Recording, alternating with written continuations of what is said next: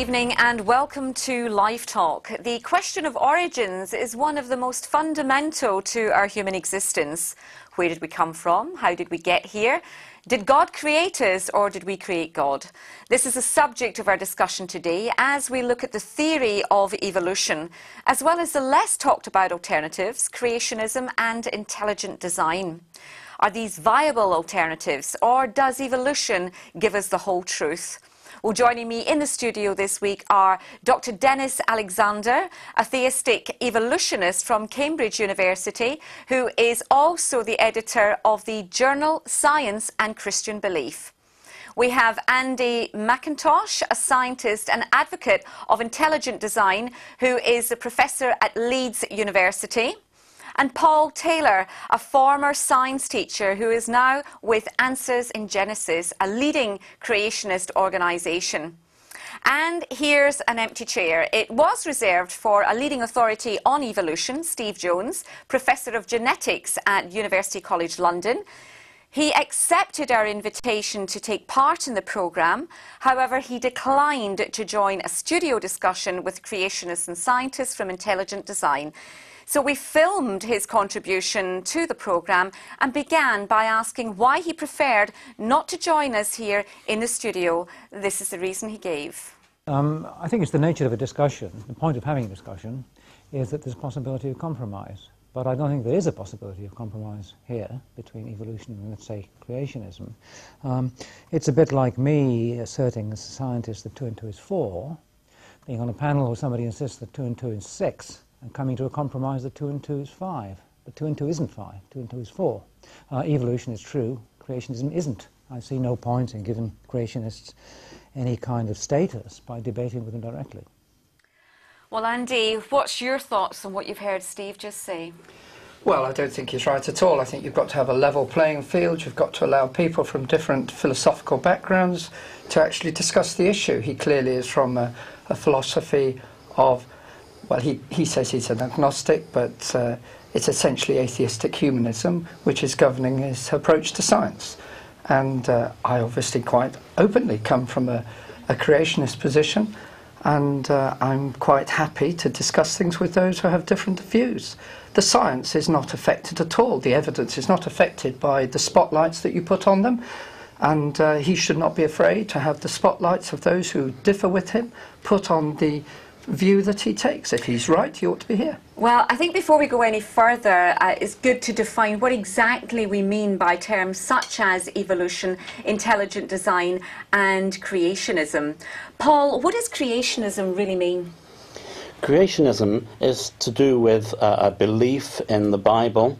It's to do with the idea that the belief in the Bible is the lens through which we observe the evidence. Because what you have to understand is that scientific evidence is never interpreted from a neutral viewpoint. Everybody has a bias that they bring to these things, and it's very interesting, of course, that Professor Jones's views are influenced by his bias as an agnostic, his particular viewpoint, his particular faith.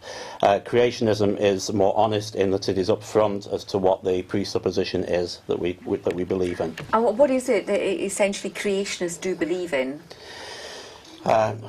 In Answers in Genesis, we want to proclaim the truth of the Bible from the very first verse. It's an organisation with a high view of Scripture. So when it says that that the Bible was created in 6 24-hour periods of time, some 6,000 years ago, I'm very happy to stand on that platform, and I'm very happy to find that the scientific evidence is consistent with that particular view.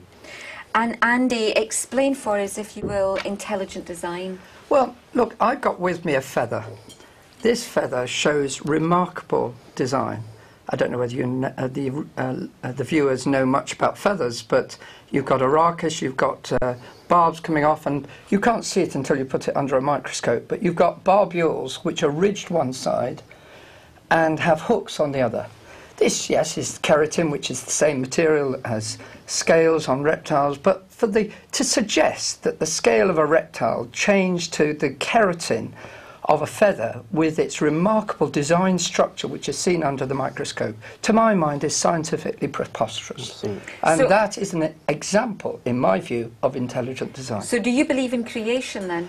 I do actually believe in creation, and I actually agree wholeheartedly with the view that's just been expressed by Paul. But I, as a scientist at the University of Leeds, am actually looking for things which I can study in order to further my interest in thermodynamics.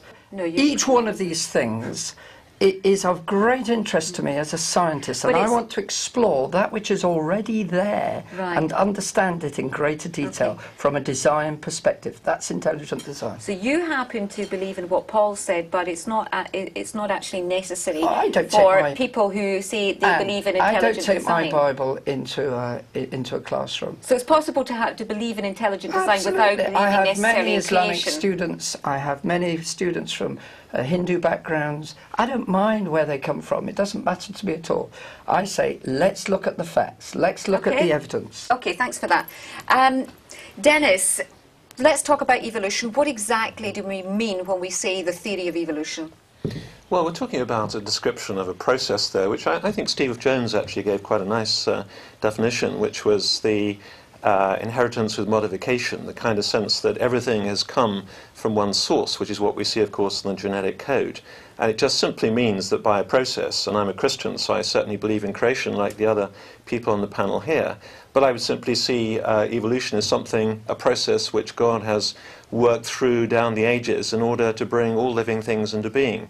And so it's a process we can describe as biologists. We have evidence for that. We all have the same genetic code. We all come from the same source. So it's simply describing how God has brought into being all things over a long period of time. We often hear there's certain terms that, for myself and certainly the viewers at home, we hear on a regular basis, like natural selection, for example. Could you just explain that to us? Yeah, natural selection very simply means that the DNA that every organism has is tested out by how successful that organism is in passing the DNA down to succeeding generations. So there is a selection there in the sense that those most successful genomes, as we call them, genome just means the DNA that every individual has, that's our genome. So if that organism is successful in passing it on, then there'll be selection as to how successful that is. So natural selection is the filter whereby all of these different genomes are tested out. Well, we asked Steve Jones to explain what natural selection is. Darwin's greatest insight was to see that when we're talking about descent with modification, what's descending and what's being modified is in fact itself a copying machine. And natural selection is inherited differences in the ability to reproduce. So if I have some modified gene, some mutation, that helps me to copy myself and to copy that gene, then that gene will spread and become common, and over long periods of time we will see what we see all around us, the products of evolution, millions and millions of plants and animal species. Andy, you wanted to come in on the subject of natural selection. I mean, with respect to Denis, I can't agree at all with that, because the whole question is the matter of information. I know Steve Jones has a very different view on information, but information is not the multiplying of genes. You don't increase information by duplication, which I think Steve Jones is probably of the view in some of his writings. It says that. I don't know whether Denis shares that same view, but information in any system is actually lost when you move through into changes. Now, the information, of course, needs defining, and that's where the problem is. And nobody has really properly defined information. Information is actually the functional entity which that DNA code is going to perform. It's more, and it's not even that. It's a message which is behind the code.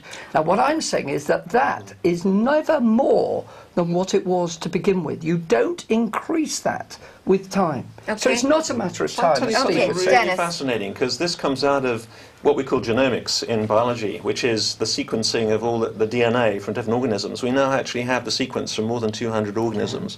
And what's amazing, actually, is that in mammals and all vertebrates we've looked at so far, I mean, the actual building blocks very, very similar, actually.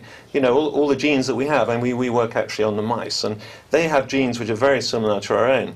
And it's sort of a bit like, I'm sorry to use this analogy as somebody from Cambridge, you know, but in Cambridge, if you took the different types of bricks that you use to make different kinds of buildings, they would actually be very, very similar. But when you look at the different buildings, they're extremely different. And I think this is the point, that it's the way you put the bricks together that makes the big difference. So it's the way it's switched on and switched off, which is like the builder putting it together. Something I want to... about information. But Sorry. Of course there's information there. When I introduced you, Denis, at the start of the programme, we introduced you as a theistic evolutionist, which, you know, maybe some of us have heard, but some people think that's a bit of a mouthful. What is it you actually then believe? Just get back to that for a second. Theistic evolutionists, if we're going to use that term, what they believe is that God is in charge of the whole process of creation. So, and it so happens in evolutionary biology, which I'm an evolutionary biologist working in immunology and cancer, and all biologists in the biological community, almost all biologists, believe that the evolution gives a framework for what they do in the lab. So as a Christian, as I believe that God has brought everything into a process that we can describe as scientists, and a theistic evolutionist is someone who believes that this is how God did it. And all our job is to do is to describe how God did it and what the process was, and try and get it right and be truthful about creation. Can I just illustrate? May I just illustrate, and if I may, come back to the feather. What I mean by the information is that the information for left-handed barbules having hooks and right-handed barbules having ridges is not in the scale of a reptile. And no a matter of millions of years of evolution will ever make the keratin of a reptile become the keratin of a, with the information of a feather. Paul, I'll just bring you into the discussion just now. When we're speaking about evolution, what your viewers will be thinking of, first of all, is the whole idea of molecules to man evolution. The whole idea that that molecules at some point, inorganic molecules, arranged themselves and took on this information. This information idea that Andy's putting forward is absolutely fundamental, I think, because you do not see this increase in information. Now, you see, people like Professor Jones. It's interesting because Professor Jones was involved in the debate with myself a couple of months ago, and it's interesting that he hasn't therefore turned up today. And one of the things was that he gave as an example of evolution, certain organisms changing from one type to another, new species developing. In every case, examples of things where there's simply a rearrangement of information or a loss of genetic information.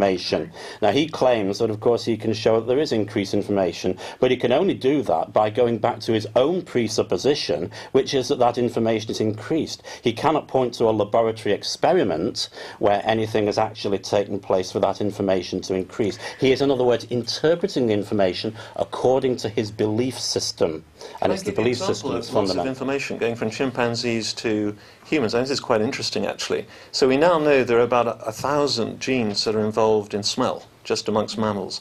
And all mammals have pretty much the same genes which are involved in smell.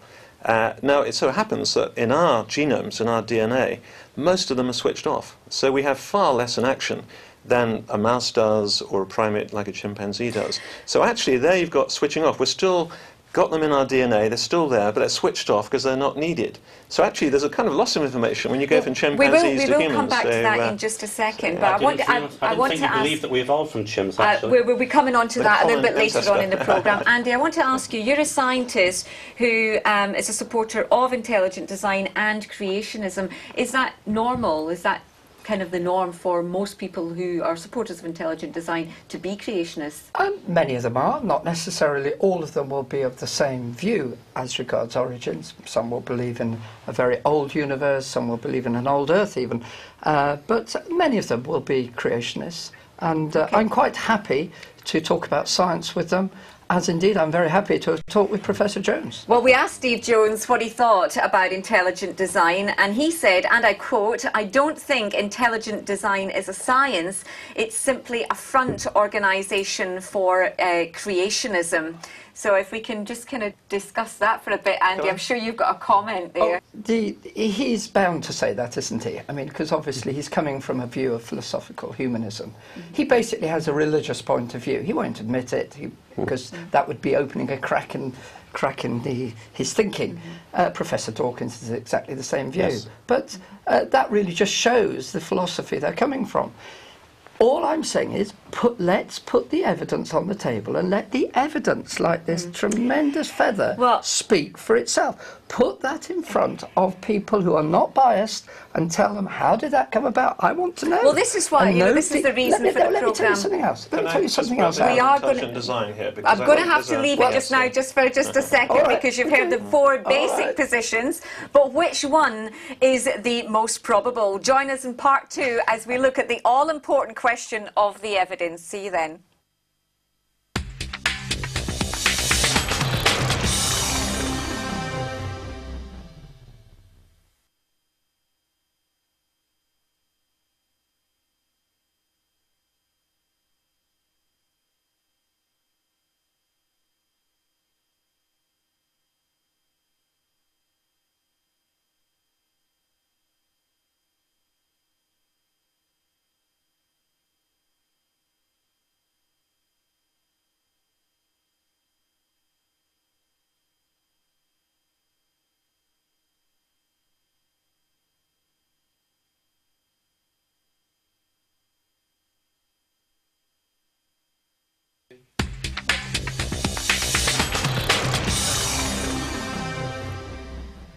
Well, welcome back to Live Talk, where we're looking for evidence to show where we've all come from.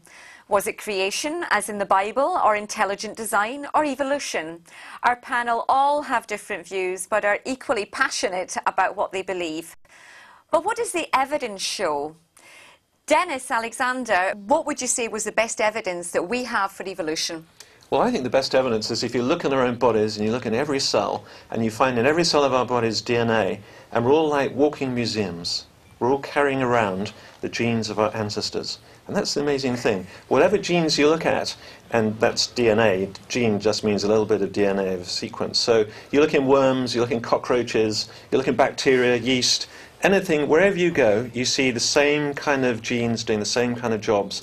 And we're actually carrying those in our bodies. So we're actually walking museums. So everyone has the evidence for evolution in their own bodies. That's the great irony for people. You know, the thing is that what Denis has just described, you see, is certainly evidence that you look at. But you see, this argument is not about evidence. It's because all that could be taken as evidence that we've got a common designer, because there's common things in common ideas there. What's important is the interpretation of that evidence, you see. And what I want the viewers to understand, that it is a perfectly rational position for this evidence to be interpreted through the sort of lens, as it were, of the Bible. And this is a very important point for people who are believers, because you see, evolutionists have a belief. They have a belief that that there is no God, that therefore things have just happened by itself, or alternatively they have a belief that yes, there is a God who started it all going, but then doesn't seem to be particularly involved in it. Then, but that's, I'm a believer. But that's because I'm sorry, I was just about to say that's because a lot of people, let's face it, would struggle with when you're actually saying, you know, creation in 6 days, because people's perceptions is we've been reading in the textbooks, we've been watching documentaries where millions and millions of years are cited. Absolutely, that's right. And where do those millions and millions of years come from? Because you never get a rock out of the ground that's got its date stamped through it. You don't get a fossil that, you know, it's got a little date tag tied to it. Instead, there are experiments that are carried out in the lab, operational science experiments that are carried out in the lab, that are then interpreted according to the worldview of the interpreter. A lot of research has been done, for example, on dating methods that shows that there are alternative ways of interpreting the evidence if you change the assumption. Can I just come in here, please? Sorry, I just want to correct a real misunderstanding here. I mean, there are a lot of Christian geologists. In fact, if you go to the geology department of Cambridge University, you find about a third of the department is actually Christians, including a couple of the professors. Okay. And they're using these dating methods all the time, and they come up with a very old earth, and they're not. It doesn't come out of philosophy. It comes out of the facts. I'm not disputing that these people might be Christians, but there is an importance here of belief and of presuppositions.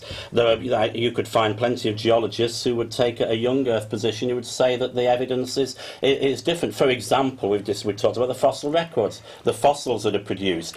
If the Bible was true and there was a flood at some point, what would you expect to see? Can I get everyone to hold their thoughts for just a second, because we asked leading evolutionist Professor Steve Jones to take part in this programme. If you've just tuned in, I should explain that, as you can see, he declined to appear in the studio, but he did agree to be filmed. And this is what he said when we asked whether evolution is theory or fact. People are often confused by the way that evolution is called the theory of evolution. In fact, all sciences are a theory of something. That's the nature of science. We have gravitational theory, for example, which is why when I drop a cup, when I let go of a cup, it drops. So I don't think I have any problem with the notion of theory. It is a theory. All sciences are a theory. And it's the nature of theories that they can sometimes be disproved. I don't think that we will ever find that it is in fact the case that the sun goes round the earth. So that the Newton's theory of the universe is probably right. I equally don't think we'll ever find a 300,000-year-old fossil hominid wearing a wristwatch. So I think Darwin's theory is unlikely to be proved wrong. But it's a theory like any other, and there's nothing special about that. Andy, what do you think of what Steve just had to say? Well, evolution is a theory, but it's also really less than that. It's a hypothesis, because you can't actually go back and rerun it. And, what's the best evidence, would you say, for intelligent design? I just come back to this further. I'm sorry to keep harping on about it, but we were talking about dinosaurs, or we referred a little bit to it earlier. It's said that a dinosaur actually ran along the ground and gradually got appendages on its scales. Now, there is actually zero evidence for that. Just to cut in, are we saying birds came from... It's saying that a velociraptor was running along the ground, and this small dinosaur gradually got appendages on its scales, which then frayed and became feathers. Now, that is a very much believed in evolution. Now, when you actually look at the evidence, let me just refer to the fossils for a moment. I actually... I'm not going to assume anything about the dates, but if you actually go down in the fossil record, do you know you can actually find feathers fossilised which are supposedly 150 million years old, and they are within resin which has become amber. Okay? Right. And the feathers are exactly, not just leading up to, but exactly like modern feathers. The actual evidence supports design. It does not support any notion whatsoever of evolution. I know, Paul, you want to come in here. The suggestion of Steve Jones that it's fact is just patently not true. The reason why Professor Jones's comments on this are somewhat disingenuous is because of a use of language. He tries to make different statements and pretend that they're equivalent. So he talks about the theory of evolution, and then he talks about gravitational theory. And of course, in debate with me before, he talked about what would happen to me if I fell out through a window. Well, obviously, we know what would happen because these are things that are observed. These are things that are observed in the present. What Professor Jones is doing, if he's talking about evolution, is he's trying to take things that he sees in the present and assume that, therefore, things happened in the past to create that. He has no right to make that assumption, and it's perfectly reasonable to make a different set of assumptions which will give a different answer. A lot of people would say to you, Paul, that being a creationist, you're basing what you believe in or what you read in the Bible, and it's absolutely without any scientific fact whatsoever. What would be your response to that? My response would be that, of course, is nonsense, because the evidence is there. There are evidences to pick up, but as I've said, this issue is not about different evidences. I don't have different evidences. I have the same evidences as evolutionists do. It is the interpretation of it. Those evidences interpreted differently. I'm going to go over to Denis for just a second to ask you. I mean, you're basically believing that God used evolution to bring the world into existence. What evidence would you have, or would you cite for that? Well, the evidence of creation all comes from the Bible, obviously. I mean, we, as Christians, believe in God in Creator, as creator because of his revelation in the Word of God, the Bible. And I would certainly believe in the Bible from cover to cover in all that it says. But I think the point is that we as scientists can only describe what God has done. That's our theories. Dennis, when you say you yes. believe the Bible cover to cover, and Yes. we've got the gentleman here from Answers in Genesis, and we've got the same book, we open the same Bible, we read the same account, yet you've got two different interpretations. Let me answer the question that's been put to me by the chair. And the answer is that the Bible has many different narratives. It has poetry, it has parables, it has theological essays, and we need to understand the kind of literature that it is. And the context. Is Genesis poetry, Paul? So that's what we need to understand. Would you say Genesis was Well, poetry Genesis or is clearly prose? not poetry. I mean, Denis is quite right that you interpret books within the type of literature that it is. And since Genesis talks about histories of Abraham and Isaac and so on, things that clearly There's long lists of names. Absolutely. And the style of the first 11 chapters of Genesis, which Denis would dispute, is exactly the same style. Now, you see... Genesis chapter 1. You can't say Genesis chapter 1 is the same style. Genesis chapter 1 has a unique style that's different from the whole of the rest of the Bible. Every possible commentator will accept that. No, every Genesis commentator does not accept that. You'd have to accept there are many commentators. If you ask many commentators on the Bible, the view that you will get is that clearly the writer of Genesis intended Genesis to be understood as factual history. But the structure You've got of it people is like based James on Barr who said that. It's based on the number 7. It's very tightly structured. You've got a completely different style from the rest. Even Genesis 2 is a different style. Dennis is saying that God used the process of evolution. Does it matter whether it's millions of years because or not? may I make a comment? I am a scientist, but I do actually sincerely believe the Bible. And I know the New Testament says, the Lord Jesus speaking, Absolutely. he refers to Genesis as history.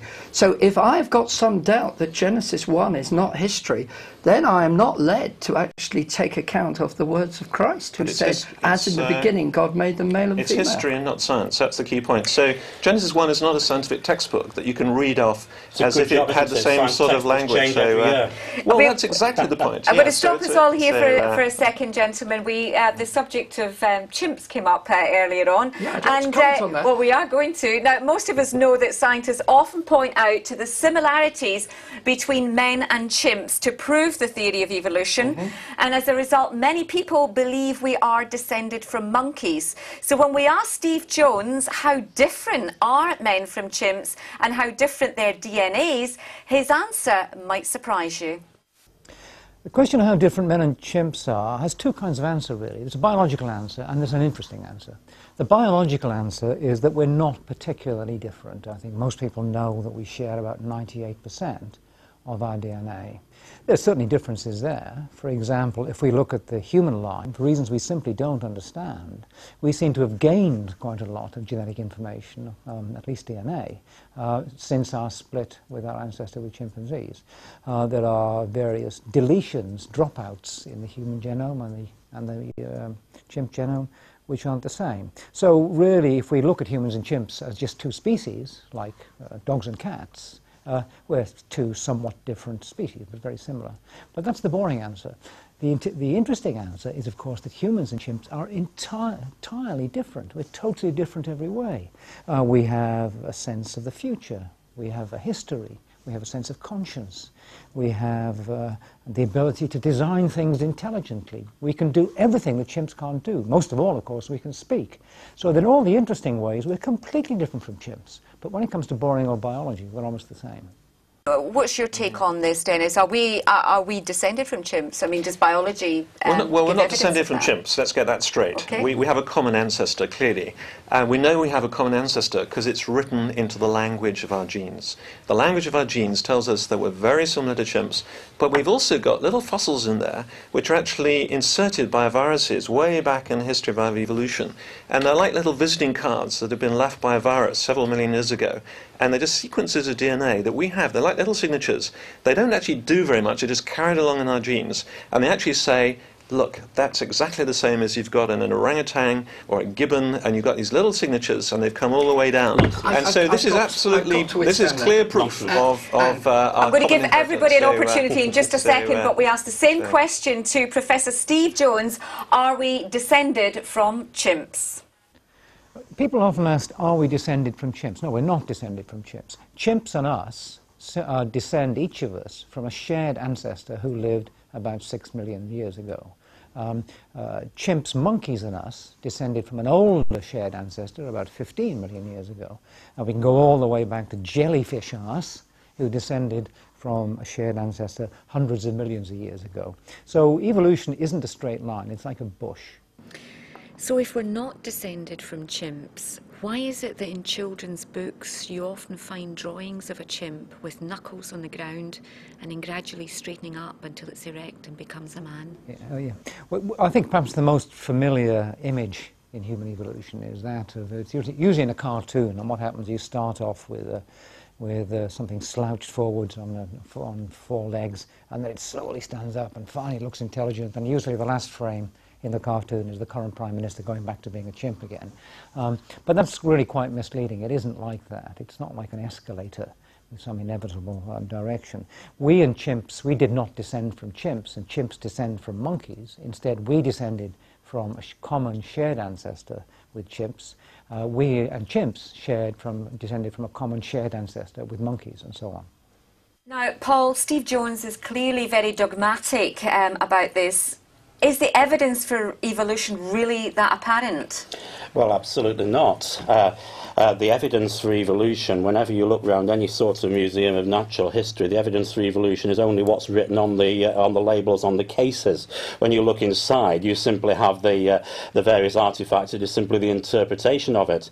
But again, Professor Jones is disingenuous because, yes, as creationists, we admit in our talks, when I'm talking, that obviously Professor Jones does not believe that we evolved from chimps. And yet the idea of this sort of linear evolution of human beings, which clearly Professor Jones doesn't believe, and sensible evolutionists do not, is still, of course, the image that is portrayed to children. Natural selection is not a problem to a creationist. Absolutely. We have no problem whatsoever. Okay. We don't even have a problem with a common descent from an original kind. But there is no creative power in natural selection. Well, that was actually going to be the There is question I was no coming way on to. by which natural selection, let me use an illustration, if you've got a program of code, right, and if you drop that code, you may get a little subroutine here, and it's quite correct what Denis said, that there are little things which are the same. I want to ask Denis the question, how has science changed since Darwin? In your opinion, science Are you talking about the evolutionary biology here? Yeah. How has it changed? Well, poor old Darwin didn't have any genes. I don't mean the blue type. I mean, you know, he didn't know about genes. Genes were discovered by Mendel, and Darwin didn't know about that, and they were rediscovered in about 1900. And it was in the 1920s that it was genetics and all the rest of the evidence were put together to make what's called the neo-Darwinian synthesis. And so what we have today is the power of genetics, which is so powerful in showing the common inheritance that we have from the evolutionary biology. Well, are you changing your views, or are you still sticking to a belief in evolution, or intelligent design, or creation? We'll take a short break now. Back in a minute about science and belief.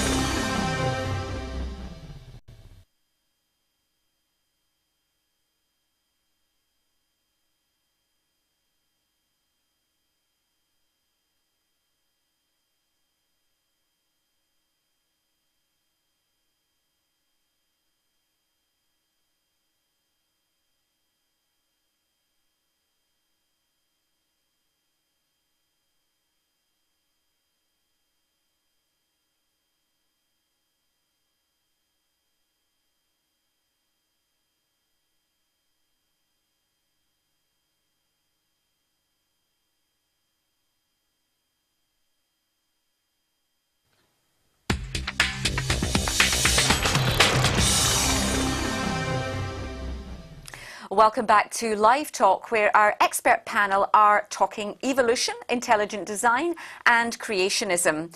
Which one has the truth? We've looked at some of the evidence on origins, and in many ways it's a question, as we've heard, of how the evidence is interpreted. Professor Steve Jones, the leading evolutionist, preferred not to join us here, but he agreed to answer questions on film, and we asked if the fact that he didn't believe in God governed his conclusion that nature had to do its own creating. Well, as it happened, I wouldn't. My views about religion are, like everybody else's, rather banal. You know, of course, the word agnostic. I'm an agnostic. I'm somebody who cannot believe that God, that there could be a proof that God exists. The person who invented that word, interestingly enough, was Thomas Henry Huxley. And Huxley was Darwin's great supporter in the 19th century. And that's... I don't think, honestly, I genuinely don't think, that my own views on faith have any relevance at all to my views on science. They just don't overlap. I often say that the battle between science and religion is like a battle between a shark and a tiger. Each one of those is a very fierce creature and is bound to win in its own environment. But if it strays onto the other one's territory, it's bound to lose. And creationism is a classic example of religion straying onto science's territory. It will lose, and it will be damaged as it does so. Andy? It just shows that he's trying to separate his science from belief, but you can't do it. No scientist comes without some predisposition to think one way or the other. He wants to justify his atheism. Basically, you've got systems in all living creatures. Those systems are expressed, we found 50 years ago through Crick and Watson, effectively digitally. It's coded, but you can express it as digital information. And all digital information, I'm a professor of thermodynamics, but I've been recently going into this, even man-made computers cannot work unless there is little bits of energy, energy packets. If you turn off the machine, the energy just dissipates. Evolution is trying to say that energy is actually put up on the linkages in DNA. When DNA, when it's left to itself, will just disintegrate. Denis knows this, and he was not right in what he said earlier concerning how DNA could just sort of come about and add little bits of information. It can't. Denis? Well, I mean, the energy, which drives all the living things comes from the sun. And it's translated by photosynthesis, and that's why we have chlorophyll in green plants, and they give us the energy we need. But it also comes through some of the volcanic vents deep down in the ocean, which actually have a lot of heat down there. So there's nothing here against the second law of thermodynamics. Actually, all the energy that is needed to run material things on this Earth is ultimately derived actually from the sun. And as the energy of the sun, as it were, goes down, the complexity and the information content of all biological things increases. Why is that incorrect? So as one goes down, the other goes up. Energy put into a system does nothing unless there is a machine or an information system existing there to use that energy. Yeah, and that's what we have in biological. This is what we have in biological matter. Biologists are trying to make thermodynamic statements without talking to thermodynamicists and engineers who know exactly what is going on with systems. Paul, if I can come to you for a second, just moving back to the science and belief issue, do you believe that there is a big difference between science and belief? Well, it depends on how you're going to define the terms, and the thing is that I won't accept Professor Jones's definitions of faith and belief. Richard Dawkins, for instance, once said that faith is blind belief in something despite the evidence, whereas the Bible has a different definition of faith, an objective definition of faith, that faith is the substance of things not seen, the evidence of what we hope for. I think I've got that a bit mixed up. But the point is that this issue is, of course, fundamental to Christian belief.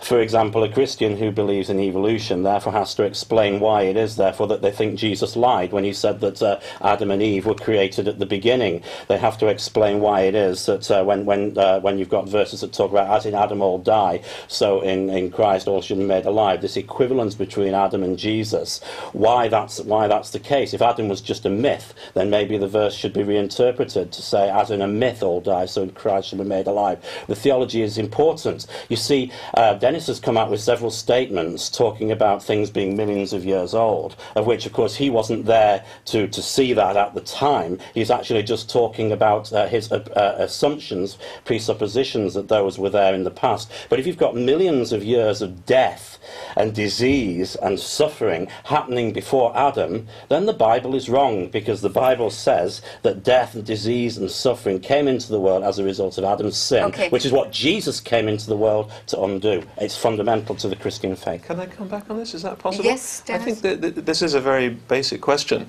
So I think many Christians, and we do come to a different interpretation obviously here, but many Christians would say that where it says that Adam all die, that it was spiritual death.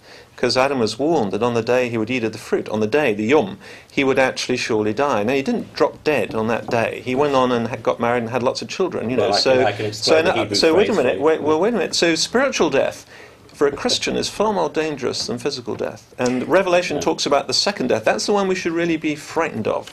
The second death, eternal separation I just from want God. Paul to come back here. Well, in fact, Just the a second, verse is Andy. actually talking about physical death as well, because the Hebrew construction doesn't actually simply use the word die as a particular moment in It's time. dying. It's talking as in dying you shall True die. death. In other words, the process of death Right. starts at that moment. You see, Adam may have taken another 930 years to physically die. But if he hadn't eaten that fruit, he wouldn't have died at all. The process of death started at that moment. And also, it's very important to see, I mean, I haven't particularly commented on the theology thus far, but Christ would not physically have needed to die if it was just Absolutely. spiritual death. Absolutely. Denis's position is not biblically actually correct with the New Testament. So let me Physical make death of another Jesus. comment. Romans 1:20 was actually quoted in 1847 What by is that? Faraday. And it says, Faraday used these words, he said, "When I considered the science, it led me to think of him who hath wrought them." It was all in old language. But Faraday actually took a position which is very similar to the position we are taking here. I'm not going to Absolutely say right. Yes. that, you know, 100%, because obviously we can't talk to him now.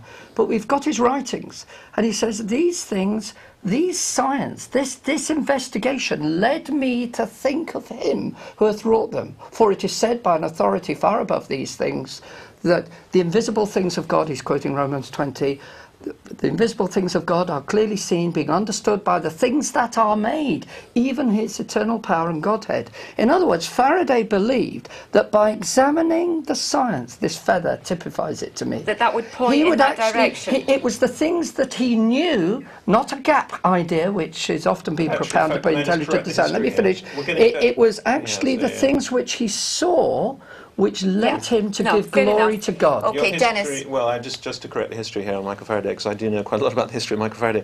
I mean, interestingly, Faraday lived at the time of Darwin, and there are no written records of commentary at all by Faraday on Darwinism. He didn't seem to have any interest I'm in sorry, it, actually, but so I just I've want to got correct this. that. I've got So the if we can just actual go quote. back to the interpretation of Scripture, which is what we're talking about here. I mean, I think it's interesting that when Nicodemus went to Jesus, and he talked about being born again, and you know, obviously Nicodemus misunderstood that. He took it very literally.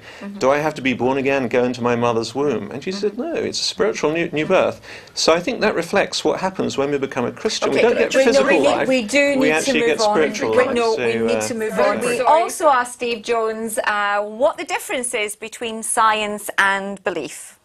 What's the difference between science and belief? I think the central difference is science can be proved wrong, okay? And belief cannot, by definition. And what you believe in this world of ours depends largely on where you were born. Science isn't like that. Science is a universal. Gravity is the same here as it is in Tehran. It's the same here as it is in Tokyo. And the laws are exactly the same. So science is objective, belief is subjective. I have no problem at all of any kind with believers. I think people have a right to believe what they will, but I have one great objection, which is when believers use their belief to deny science.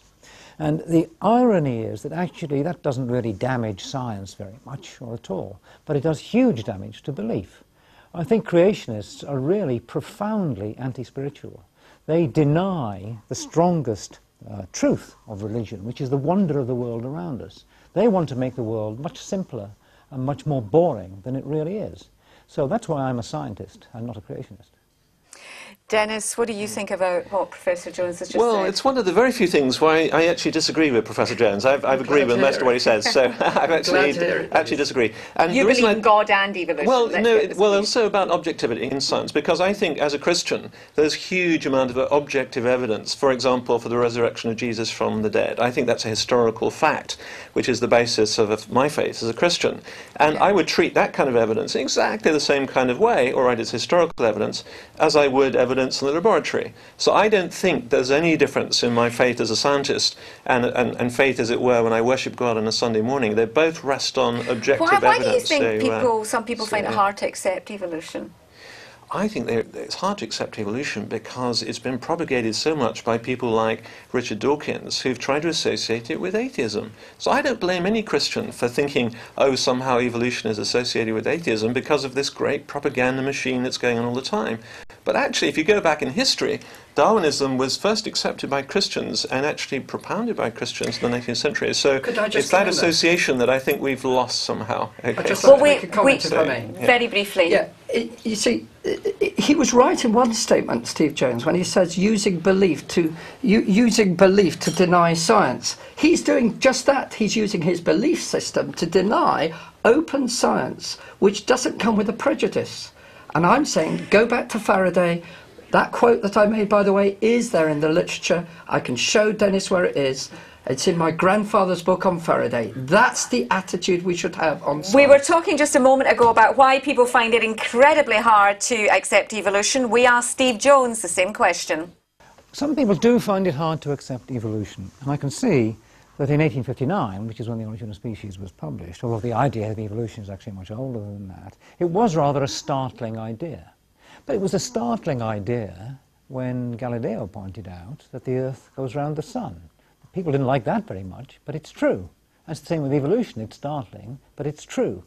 It gets more startling, of course, when you realise that we've evolved, that humans are indeed, as Gilbert and Sullivan put it, Darwinian man, though well-behaved, is really but a monkey shaved, which is a flippant way of putting it. But you can, try it, you can learn to accept it. And of course, the essential point about humans is, of course, we've evolved in our bodies, but in our minds, we're unique. We've created our own existence by the fact that we have this wonderful brain. Now, that brain may have evolved by very banal means, but we've stepped beyond it. And I think there are large numbers of religious people of various faiths who believe in evolution and indeed see in evolution the workings of God's will. I don't see that, but I can understand why they believe that, and I can accept it. So I think actually being frightened by evolution is an odd form of arrogance. It's a statement that says we as humans, or more often we as Christians, or we as Islamists, we are better than the rest of the living world. Therefore, evolution can't be true. We're not better, we're just very different. Paul, what do you think of that? Well, Professor Jones talks about arrogance, of course, and it's very interesting that because he's then asked why people have difficulty in believing evolution. Of course, the reason why people have difficulty in believing evolution is because they don't see it. It is counterintuitive. It is not the sort of thing that happens in the laboratory. In my debate with Professor Jones before, he was asked why an opinion poll suggested that 44% of the public wanted creationism taught in science lessons in schools. His answer was that there's a lot of stupidity around. So his arrogance that he thinks 44% of the British public are stupid is incredible.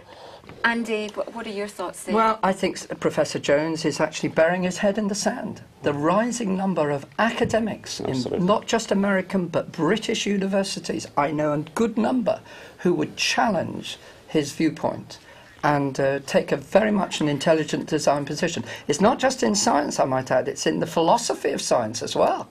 The whole approach that he's taking to science is saying, I'm right, nobody else is allowed to disagree. It's hopeless. OK, Paul, you referred to schools just a second ago, but I want to ask you, Denis, that as a Christian who's also a believer in evolution, do you think the alternative views should be taught in the schools?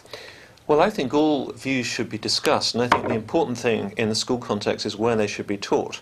So, for me, creationism is a religious theory, it's not a scientific theory, and therefore can be obviously discussed in the RE class, in the philosophy class. I don't think it should be taught in the science class, because it's simply not where the scientific community is at. I mean, there's not, in the biological community, there's almost nobody who would believe in creationism. Okay, I live there. I live there. It's my choice.